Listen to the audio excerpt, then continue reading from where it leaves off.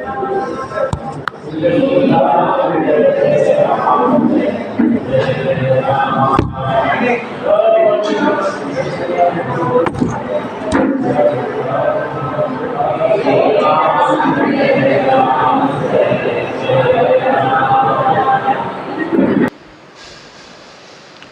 राम।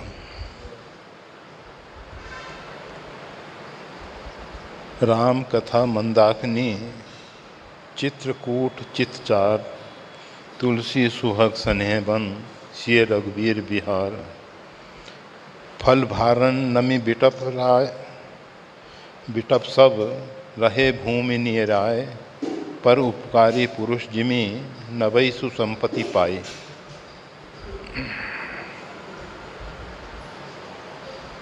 परमात्मा ने सृष्टि का विस्तार किया। उस सृष्टि में भूमंडल पे, हमारी पृथ्वी पे कुछ ऐसे स्थान बनाए जहाँ पहुँचने मात्र से अंतःकरण में विषयों के प्रति वैराग्य हो, परमात्मा के चरणों में अनुराग हो। उनको हम सब ने तीर्थ कहा। ये तीर्थ प्राचीन समय से स्थान हैं।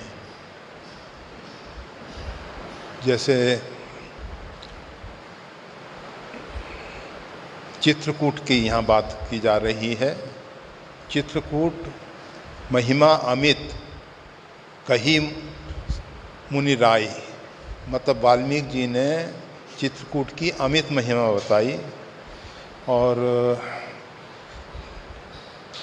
गोस्वामी तुलसीदास जी का अपना स्वयं का अभिप्राय है, चित्रकूट प्रभु सब दिन बसत।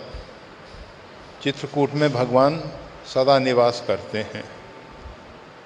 केवल 11 वर्ष 12 वर्ष के लिए ही चित्रकूट निवास नहीं किया भगवान ने। चित्रकूट रघुनंदन छाए, संपूर्ण चित्रकूट भूमि में, पवित्र भूमि में रघुनाथ जी छा गए, फैल गए।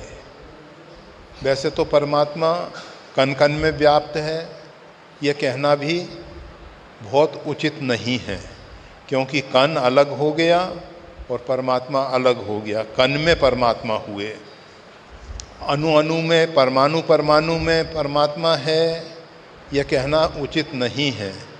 परमाणु ही परमात्मा है। और परमाणु के भी जो अन्य टुकड़े हैं, चाहे प्रोटॉन, न्यूट्रॉन, इलेक्ट्रॉन, कुछ भी आप उनको कहते हों, वो भी सब परमात्मा ही हैं। परमात्मा के अतिरिक्त किंचित मात्र दूसरी सत्ता नहीं है। फिर भी साधारण लोग जो हैं इस बात को नहीं समझ पाते हैं। इसलिए सबसे पहले साधना के कुछ सोपान हैं। हम सब बचपन में बच्चों को सिखाते हैं, मातृदेवो भव, पितृदेवो भव, आचार्य देवो भव, आतिथ्य देवो भव। इसके बाद परस्पर देवो भव, और सबसे अंतिम जो है आत्मदेवो भव। ये सोपान है। सबसे पहला परिचय हमारा संसार में माता के साथ होता है, तो माता में देवत्व की बुद्धि रखना, माता के प्रति आदर का भाव रखना। शास्त्र कहते हैं सन्यासी सन्यास लेने से पूर्व माता की आज्ञा लेकर संन्यास्त धर्म स्वीकार करे। भगवान शंकराचार्य के विषय में आपको मालूम है, भगवान शंकराचार्य बाल्यावस्था में, 8 वर्ष की अवस्था में संन्यास लेने के लिए तैयार हुए, परंतु माता की आज्ञा नहीं थी। प्रकृति ने, अथवा शंकराचार्य, स्वयं भगवान शंकर ही शंकराचार्य के रूप में आए हैं। जैसे रामानंद राम प्रादुर्भूतो महितले, इसी प्रकार से भगवान शंकर जो हैं वही शंकराचार्य के रूप में भूमंडल पे अवतरित हुए। तो उन्होंने लीला रची, जलाशय में स्नान करने के लिए गए, माता साथ में किनारे पे खड़ी थी, बच्चा स्नान के लिए जल में उतरा, मगर ने पैर पकड़ लिया। अब वो चिल्लाए बचाओ बचाओ, किसी भी प्रकार से वो मगर पैर को नहीं छोड़ रहा है। भगवान शंकराचार्य जी ने कहा, बालक शंकर ने कहा कि माँ, अगर आप मेरे को सन्यास के लिए अनुमति दें तो ये मेरा पैर बच सकता है। माँ ने देखा कि जीवन जा रहा है, कम से कम जीवन बचा लेना चाहिए। उन्होंने आज्ञा दी कि बेटा तेरे को मैं सन्यास के लिए आज्ञा देती हूँ, तू सन्यास्त धर्म में आगे बढ़। मगर तो वो भगवान की माया थी, लीला थी, पैर छोड़ दिया और शंकराचार्य के रूप में फिर वो वहाँ से शंकर के रूप में चले। गुरु की खोज में चलते चलते नर्मदा के तट पे ओंकारेश्वर में आए। वहाँ गुरु गोविंदाचार्य जी महाराज समाधिष्ठ थे और लंबे समय के बाद वो समाधि से बाहर आए। इधर बालक शंकर वहाँ पहुँचा, दोनों का मिलन हुआ। फिर उन्होंने उन शंकर को शिष्यत्व प्रदान किया।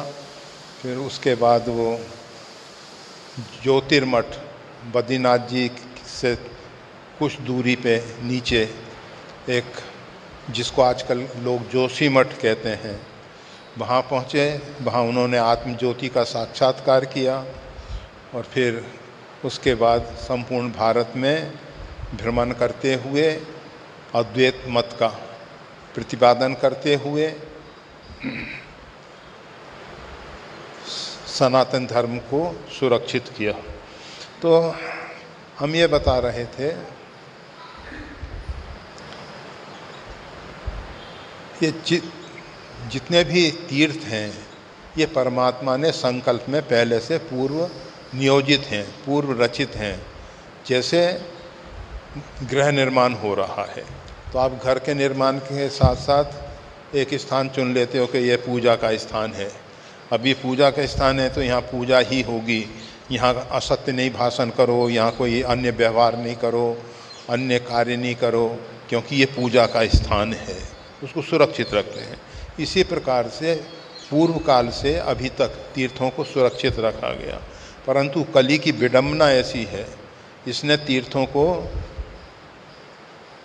अपने अधिकार में ले लिया। कली ने देखा कि अपना साम्राज्य का विस्तार करना है, तो सबसे पहले जो धर्म के केंद्र हैं, जिनको हम तीर्थ कहते हैं, उस पे उसने कब्जा किया। तीर्थों में जो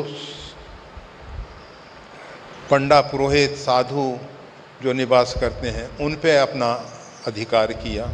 इस प्रकार से उसने अपना साम्राज्य का विस्तार किया। तीर्थों की स्थिति दयनीय हो गई। अभी तीर्थों में व्यावसायिक बुद्धि आ गई है, तीर्थों को व्यावसायिक रूप दे दिया गया है, जबकि होना ये चाहिए भगवान और भगवान के स्थान, ये देव स्थान, इनको किसी भी प्रकार से व्यावसायिक रूप नहीं देना चाहिए। भरत जी ने कहा है, बेचहि वेद धर्म दुहिले ही। जो वेद को बेचते हैं, ज्ञान को बेचते हैं और धर्म का दुहन करते हैं अपने निजी स्वार्थ के लिए, तो वो पाप मेरे को लगे अगर भगवान श्री राम के वन में जाने में मेरी सहमति रही हो तो ये भयंकर पाप है। वेदों को बेचना, ज्ञान का विक्रय, ज्ञान बेचने का नहीं है। पहले जो ब्राह्मण पढ़ाई करा के कुछ फीस लेते थे, मतलब कुछ दक्षिणा लेते थे, उनको निम्न स्तर का माना जाता था। ब्राह्मण केवल अपना कर्तव्य पालन करने के लिए, ठीक है कि आश्रम की व्यवस्था के लिए किसी ने कुछ सहयोग किया, विद्यार्थी या विद्यार्थी के माता पिता ने कुछ सहयोग किया, अच्छी बात है, परंतु अनिवार्य रूप में ऐसा कुछ नहीं था कि इतनी शुल्क देने पर ही शिक्षा मिलेगी। गुरुकुल की बड़ी पवित्र व्यवस्था थी जो भी है। तो ये जो तीर्थ स्थान हैं ये पूर्व से रचित हैं। इनमें निषेध को मना किया गया है। वेदों में दो प्रकार के कर्म हैं, एक वेद विहित, एक वेद निषिद्ध। वेद विहित मतलब वेद उनको करने की आज्ञा देता है। एक निषिद्ध कार्य हैं जिनको वेद मना करता है कि ये कार्य करने जैसा नहीं है, इसके करने से इस प्रकार की क्षति उठानी पड़ेगी, दुख उठाना पड़ेगा, क्लेश उठाना पड़ेगा। तो वेद विहित कर्म करने की आज्ञा है, वेद निषिद्ध की अनुमति नहीं है। तो चित्रकूट जो है एक बड़ा पवित्र क्षेत्र है और वहाँ भगवान श्री राम ने 11-12 वर्ष तक निवास किया है। वनवास के प्रसंग में सबसे अधिक चित्रकूट में भगवान ने निवास किया है। अब बहुत से व्यक्ति जो हैं चित्रकूट नहीं पहुंच सकते। चित्रकूट एक औषधि, रहीम तो यहाँ तक कहते हैं, जय पर विपदा पड़त है सोई आवते देश, रहीमन राम रम रहे, चित्रकूट रम रहे, ऐसा रहीम साहब का एक दोहा है।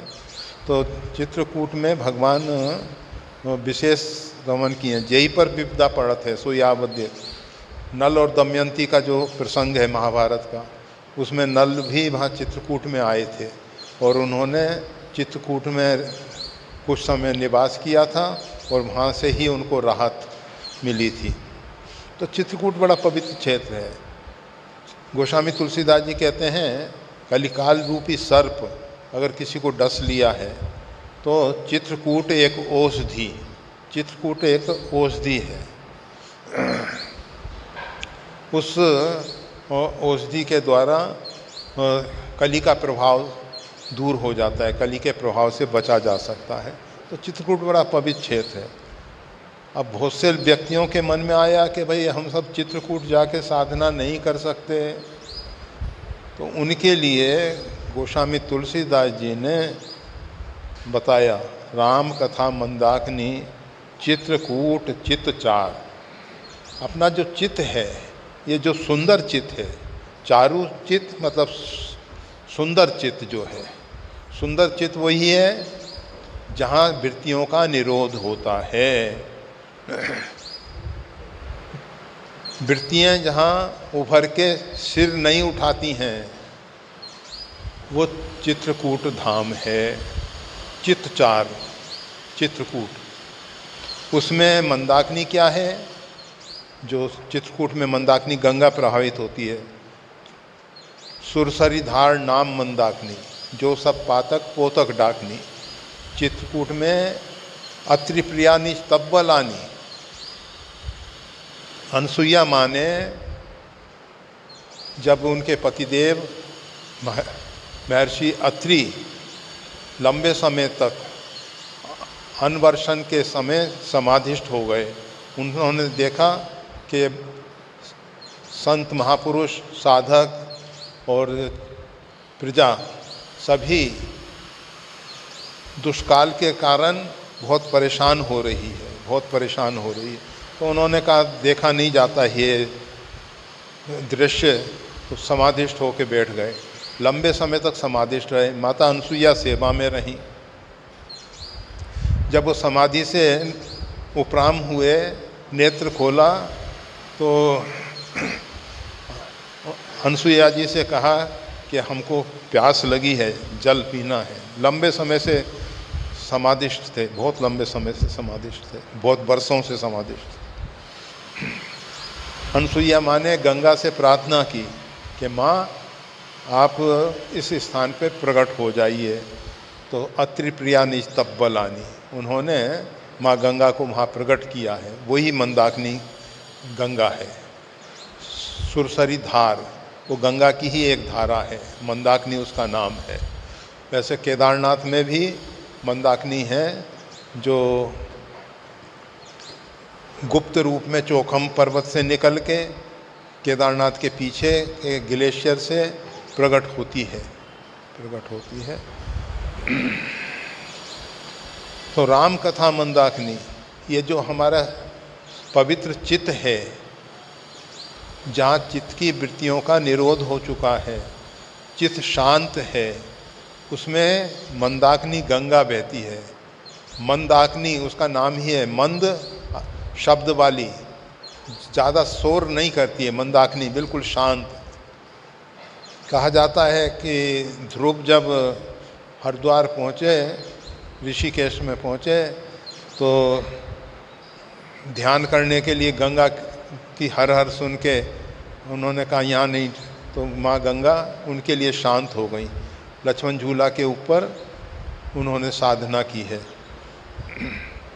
वैसे ध्रुव ने 2 बार साधना की है, एक बार भगवत प्राप्ति के लिए की है, एक बार भगवत प्राप्ति होने के बाद, राजकाज के बाद, वनवास के प्रसंग में, फिर साधना में। तो उस समय ध्रुव जी महाराज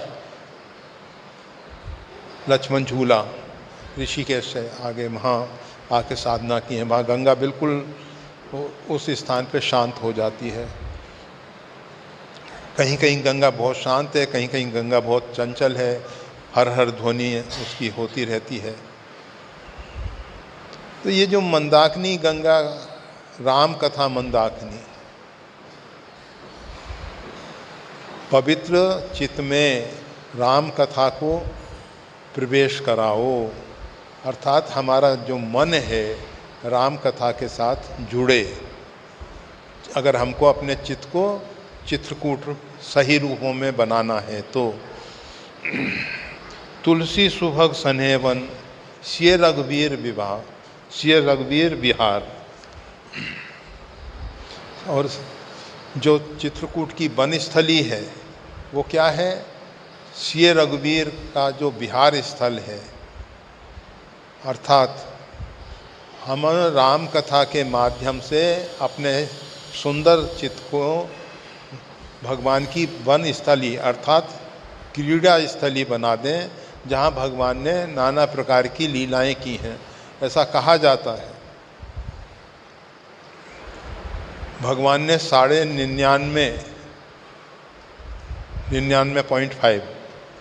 99.5 रास लीलाएं वहाँ की हैं। एक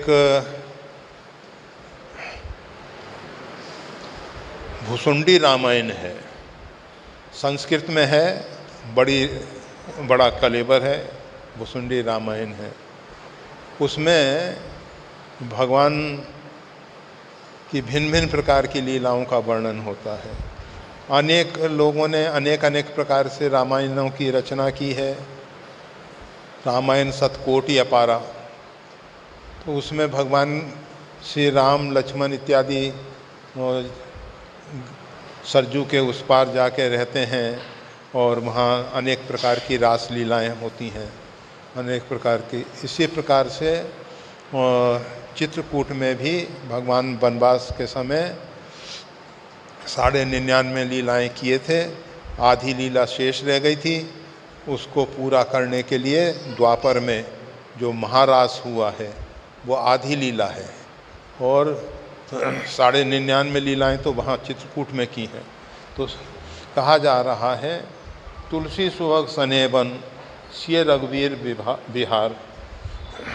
श्री रघुनाथ जी का जो विहार है चित्रकूट के अंदर, उन लीलाओं का चिंतन करते हुए हम अपने चित्त को भगवान के निवास करने योग चित्रकूट बना सकते हैं।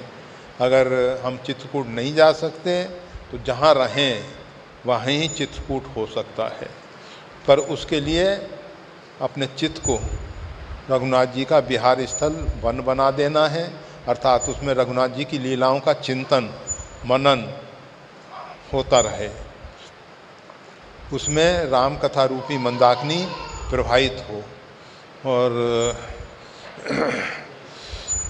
हमारा चित्त जो है सांसारिक विषय वासनाओं से ऊपर उठ के ऊपर उठ के केवल केवल परमात्मा के ही चिंतन में डूबा रहे। दूसरा एक दोहा, वृक्षों में फल लगे हुए हैं और फल के भार से वृक्ष झुक रहे हैं। प्रकृति का वर्णन करते हुए भगवान श्री राम कह रहे हैं, फल भारन नमी बिटप सब रहे भूमि निराए। फल के भार से वृक्ष झुककर भूमि के नज़दीक आ रहे हैं। मतलब उनकी शाखाएं जो हैं, अगर आप सेब के फल को, उसके वृक्ष को देखें तो उसकी बहुत सी शाखाओं में इतना जब फल लद जाता है, बहुत वजनदार सेब होता है और लद जाता है तो शाखाएं एकदम झुक के पृथ्वी की तरफ आ जाती हैं। तो इसी प्रकार से जिस वृक्ष में बहुत फल लगते हैं उसकी शाखाएं जो हैं झुक के पृथ्वी की तरफ आ जाती हैं। फल भारन नमी बिटप सब रहे भूमि निराए। किस प्रकार से? पर उपकारी पुरुष जिमी नवई सुसंपत्ति पाए। जिस प्रकार से परोपकारी मनुष्य जो है नवीन संपत्ति पाके, साधारण इंसान की क्या स्थिति होती है? जट थोड़े धन खल इतराई, थोड़ा सा धन मिल गया उसी में बहुत उछलने लगे कि हम तो बहुत शहंशाह हैं, हमारे पास तो इतनी संपत्ति है, ऐसा ऐसा है। परंतु जो परोपकारी मनुष्य हैं उनको जब संपत्ति मिलती है तो वो नम्रता आ जाती है, झुकना आ जाता है, उनमें अभिमान नहीं होता है, अहंकार नहीं होता है। ये बताया जा रहा है। ये वृक्षों से हमारे यहाँ ज्ञान जो है ना, वन आरण्यों से प्राप्त किया है ऋषि महर्षियों ने। इसीलिए जो ज्ञान कांड है उसके उपनिषदों का नाम आरण्यक है। वन में उन्होंने उसकी उपलब्धि की है। तो व्यक्ति के अंदर धन संपदा पाके अहंकार नहीं होना चाहिए, उसका द्वारा उपकार होना चाहिए। गीता में भगवान कहते हैं जो अपने खाने से अधिक अन्न को अपना मानता है वो चोर है। अर्थात भले ही हम कृषि के द्वारा कितनी ही फसल पैदा करें, कितना ही धन उपार्जन करें, जीवन निर्वाह के लिए जितना आवश्यक है वर्तमान के लिए, ये नहीं कि संग्रह कर रहे हैं आगे के लिए, भविष्य के लिए। भविष्य के लिए वही संग्रह करता है जिसको परमात्मा पे विश्वास नहीं है। जिस परमात्मा ने आज दिया है वो कल भी देगा। ऐसा नहीं है कि परमात्मा की तरफ से द्वार बंद होने वाले हैं, बस अपने संग्रह करना पड़ेगा। लोग सोचते हैं बच्चों के लिए धन संग्रह कर दें, परंतु बच्चे जो हैं अगर नालायक हैं तो वो सब धन को कुछ ही मिनटों में समाप्त कर सकते हैं। आप सब जानते हैं महाभारत में राजा युधिष्ठिर एक दिन राजसूय यज्ञ करके सम्राट बने थे और एक दिन ऐसा हुआ जुए में एक ही दिन में संपूर्ण अपनी संपत्ति हार गए और वनवासी बन के फिर वन के लिए प्रस्थान करना पड़ा। तो ये संपत्ति जो है कितनी ही कमा के रख जाओ, कितना ही बड़ा सम्राट क्यों ना हो, कितनी बड़ी संपत्ति उसके पास क्यों ना हो, अगर दुर्व्यसन आ गए, महाभारत से शिक्षा लेनी चाहिए कि दुर्व्यसन जो हैं हमको किस प्रकार से जुए, सट्टे इत्यादि में बर्बाद कर सकते हैं। बहुत से लोग अपने जीवन में इनको स्थान देते हैं और जिनके जीवन में ये जुआ, सट्टा इत्यादि प्रवेश कर लेता है वो अपने जीवन को बर्बादी के ओर आगे बढ़ रहे हैं। तो बच्चों के लिए धन उपार्जन नहीं करना है, बच्चों को केवल अच्छी सुशिक्षा दो, अच्छी एजुकेशन दो, अच्छे संस्कार दो, अच्छे संस्कार और शिक्षा यही पर्याप्त है। और जो बच्चा अच्छे संस्कारों से सुसंस्कृत होगा तो सुनिश्चित है कि वो अर्थोपार्जन करके अपनी और अपने समाज के लिए बहुत कुछ कर सकेगा। तो यहाँ परोपकारी पुरुष की बात की जा रही है। जो परोपकारी पुरुष हैं, परोपकार वचन मन काया, वाणी से, मन से और क्रियाओं के द्वारा। संत स्वभाव सहज खगराया, संतों का ये स्वभाव होता है। और भगवान भूमंडल पे संतों के लिए ही आते हैं। तुम सारी के संत प्रिय मोरे, धरऊं देह नहीं आनी हो रे। दूसरों के प्रार्थना से, दूसरों की तपस्या से, दूसरों की साधना से भगवान नहीं आते हैं। भगवान आते हैं परोपकारी संतों के अनुग्रह से, उनके ऊपर कृपा करने के लिए स्वयं भगवान को आना पड़ता है। वो उनको बुलाते नहीं हैं, पर भगवान स्वयं स्वतः आते हैं। तो बस परोपकारी पुरुष जिमी नभई सुसंपत्ति पाए।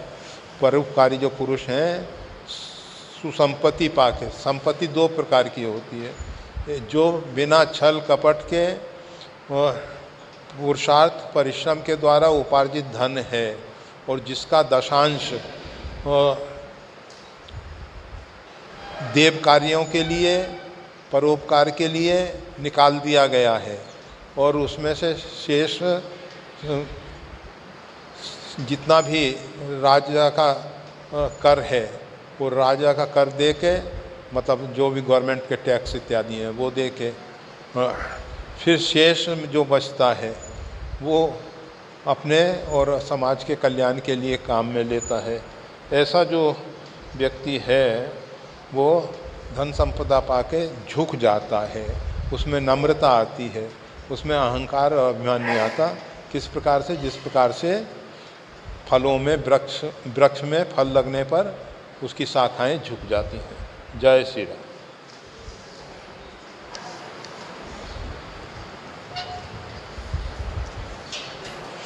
अरे एक प्रश्न,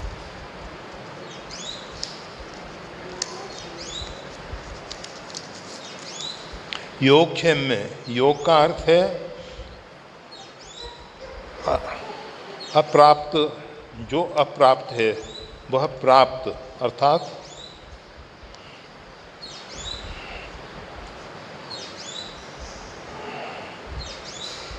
अर्थ में, तथा क्षेम का अर्थ है जो प्राप्त है उसकी रक्षा करना। भौतिक स्तर पर क्या अप्राप्त है जिसको प्राप्त करना है? देखो, योगक्षेम शब्द जो है केवल भौतिक शब्दों के, भौतिक पदार्थों के लिए, भौतिक परिस्थितियों के लिए ही प्रयोग नहीं किया जाता है। योगक्षेम जो है उसमें जीव को अप्राप्त किया है परमात्मा। वैसे परमात्मा नित्य प्राप्त है, परंतु हम मोहाच्छादित हो रहे हैं जिससे हम परमात्मा को नहीं देख पा रहे हैं, इसलिए हमारे लिए परमात्मा अप्राप्त है। तो परमात्मा की प्राप्ति कराना योग का कार्य है। योग जो है परमात्मा की प्राप्ति कराता है। क्षेम कहते हैं उसकी रक्षा करना, अर्थात जो हमको बोध की प्राप्ति हुई है, जो हमको ज्ञान की प्राप्ति हुई है, जो हमको विवेक मिला है, उसकी रक्षा करना, ये योगक्षेम हुआ। परंतु भौतिक पदार्थों में भी भगवान अपने आश्रितों के विषय में यो अन्यन्यांश चिंतन्तो माम, जो भगवान का अनन्य भाव से चिंतन करता है उसका योगक्षेम भगवान वहन करते हैं। अर्थात भौतिक क्षेत्र में भी उसको जो अप्राप्त है, जिसकी उसको आवश्यकता है,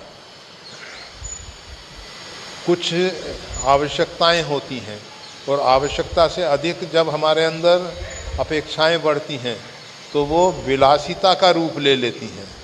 फिर हमारे जीवन में विलासिता आ जाती है और वो विलासिता हमारे को पतन की ओर ले जाती है। तो जहाँ तक आवश्यकताएं हैं उनकी प्राप्ति के लिए भगवान उन भक्तों का जो अनन्य भाव से, अनन्य भाव अर्थात परमात्मा के अतिरिक्त दूसरा कुछ नहीं है और ये सारी सृष्टि में परमात्मा ही परमात्मा परिपूर्ण है। सब जगह परमात्मा को देखते हैं और अपने आप को सो अनन्य जाके अस मत न टरई हनुमंत, मैं सेवक सचराचर रूप स्वामी भगवंत। हनुमान जी से भगवान श्री राम कह रहे हैं कि अनन्य भक्त का लक्षण ये है, चर और अचर में, जड़ और चेतन में सभी जगह परमात्मा को देखता है और अपने आप को परमात्मा के दास के रूप में स्वीकार करता है, अर्थात सर्वजन हिताय, सब जनों के लिए वो कार्य करता है। परंतु कौन से कार्य करता है? जो हित उसके हित में है, सबके हित में जो तत्पर है, वो ही सही ढंग से परमात्मा का अनन्य भाव से चिंतन करने वाला है। और जो ऐसा अनन्य भाव से चिंतन करने वाला है उसके योगक्षेम भगवान वहन करते हैं, अर्थात उसको जो भौतिक आवश्यकताएं हैं उनकी पूर्ति भी भगवान कृपा करके करते हैं। जय श्री राम।